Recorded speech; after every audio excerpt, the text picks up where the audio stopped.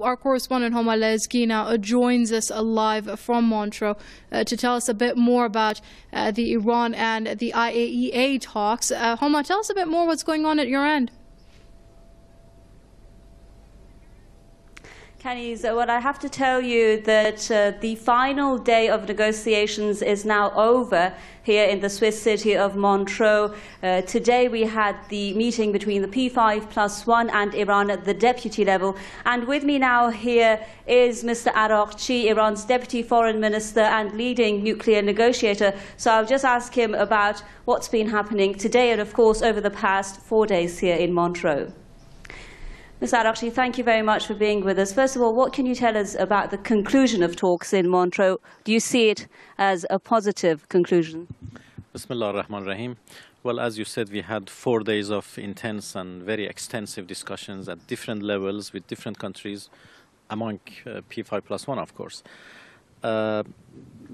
What can I say at the conclusion is that we were able to make some more progress. Actually, in the previous round of talks in Geneva, we made some progress after several months. And this time, we can say that we have made some more progress. But still, we have a long way to go. Still, we have difficult differences between the two sides that we have to overcome. We have to make bridges between these gaps. But at least we have a better understanding now. On each and every question, we know now every detail. We know what is the exact points of difference between the two sides, and there are different ways and solutions presented by both sides that we have to keep working on these solutions. I can say that we have made some progress, but we keep working. We will meet again on 15 March, perhaps again either in Geneva or maybe here again. I don't know. We have to fix it. Needs some logistics to be finalized. This is what can I say. Yes. Do you think the end of March deadline for a political understanding or agreement is a realistic deadline? First of all, our deadline is the end of June. But we agreed in Vienna last time when we extended the negotiations that by the end of March we at least we try to come to some sort of understanding on general outline of an agreement. It doesn't mean that we can come to an agreement before the end of March, but we are trying our best. We try to resolve major issues and come to a common understanding on them before the end of March, and then continue to work on the details and hopefully end up with an agreement by the end of June. We are hopeful and we are trying our best. Let's see how negotiations and talks would proceed. Well, Mr. Zarif told us earlier that what now is in the way, basically, of an agreement, a final agreement, is a very serious political decision that has to be made by the P5+1, particularly the US. Does this mean, then, that on the technical matters, there has been significant process and it's just the political decisions that have to be made? No, we have to work on both sides. On technical discussions, still we need to continue our work, and technical discussions sometimes can lead to a technical solution which can help political decision to be made much better.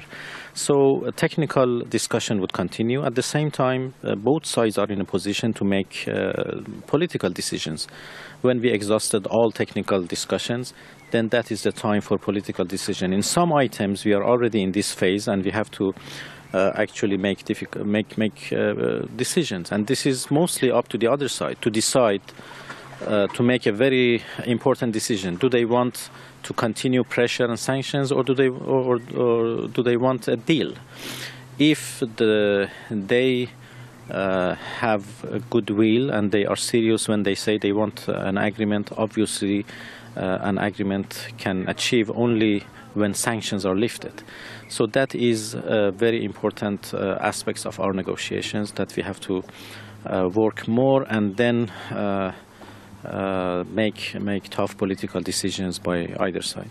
So are you saying then that Iran wants all of the sanctions to be removed immediately after an agreement is signed, and that that is the only option that Iran will accept? Well, obviously there should be an understanding how to remove sanctions. There are different kinds of sanctions. Each of them have their own mechanisms, and we have to deal with all of them. Our general principle is, yes, that all sanctions should be lifted. At the end of the duration, there should be no sanction at all. There are some sanctions more important than others, because of their political and legal,